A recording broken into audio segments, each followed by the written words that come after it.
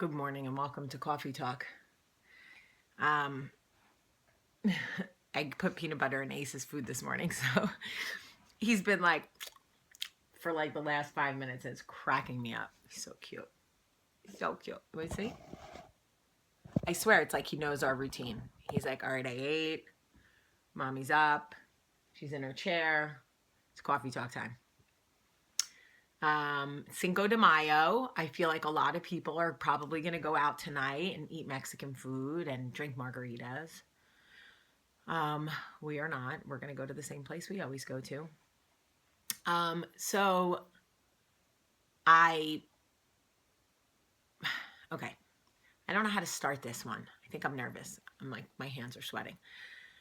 Okay. I had an experience in 4th grade at a sleepover that changed me, but I didn't know it. See, I've never been like the victim. I never understood that was a role I could play. I didn't even know in my mind it was an option. I thought that things happen to people and it changes you in a way. So maybe part of you is hardened or part of you is softened, but it just was, right? I didn't know that there were outlets for help, or like, this was the 80s. It was a different time. It was just a different time. Nobody was talking about things. And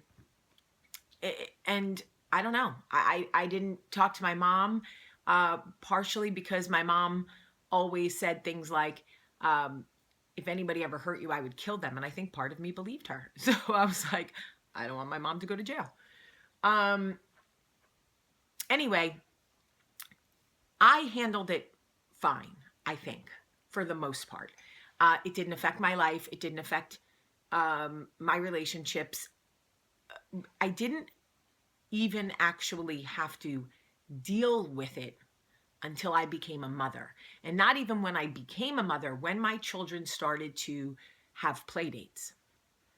I don't talk about it often, but my children have started to go over friends' houses without me now. They're getting to the ages where friends invite them over and I drop them off. And I started to notice about 4 or 5 months ago, I developed severe anxiety when my children would go.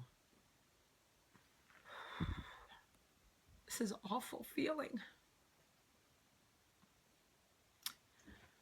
I developed severe anxiety when my children would go play at other people's houses. And I started having like crazy thoughts in my head about what could happen to them and what people might be doing and how do I talk to them about it without projecting my experience onto them. And, you know, I thought I would have eliminated the fear and the anxiety if I said no sleepovers, because that was the trigger for me. So Michael and I said no sleepovers. They can have friends sleep here, but they can't sleep out. But then it started when they would just go for play dates. And I thought, this can't be real, because my kids have to live. I can't live in, they have to go to birthday parties and play dates. That's healthy for them. And I was like, why is my experience from 4th grade now coming out? Why is it affecting me now? And so anyway, I have been like internally dealing with it, or trying to not suppress it, but like talk myself off the ledge. Like, they're going to be fine and it's fine. And I find that I text the parents a lot. Are they okay? Does she need anything? Should I come get her? And they're always like, no, she's fine. She's been here for 6 minutes. No, it's fine.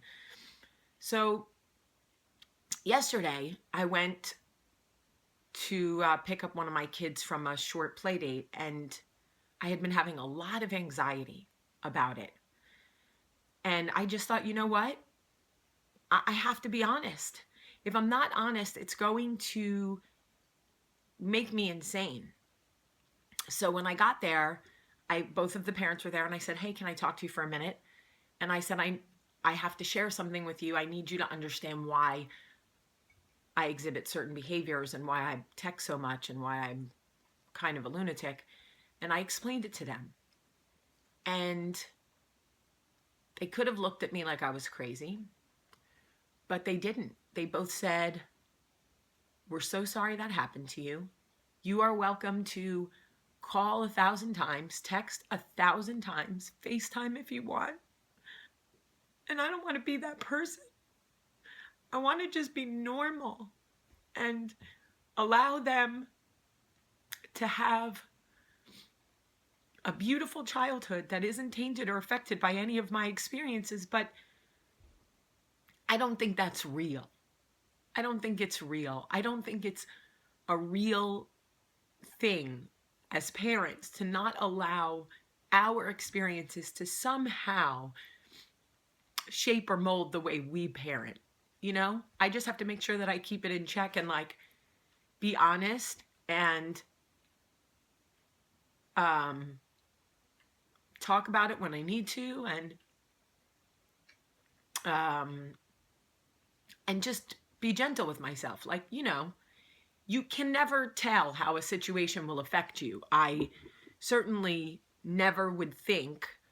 I mean, I was like, dude, I made it out unscathed. I had an experience and like I triumphed. I handled it. I never could have foreseen that it would come out as a parent. And so, of course, I have 1,000 questions. What if I had sought a therapist about it? What if I had talked more about it before I became a mom? You know, would I have been able to process it better? Would it have affected me less? I don't know the answer to any of that. So I stand and I deal with what my situation is today. So why do I share this with you? Because so many people in so many different situations live with shame.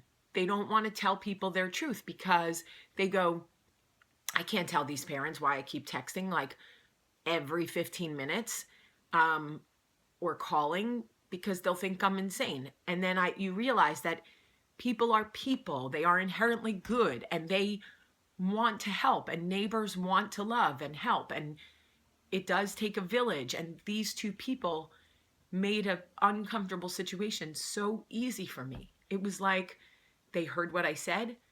They acknowledged it in, we are sorry that happened to you, and then said, our home is your home. Drop by, come by, call, text. I mean, couldn't have gone any better. So my point is that when you are fearful of sharing your truth, don't be, because find somebody who will validate you and say, it's okay.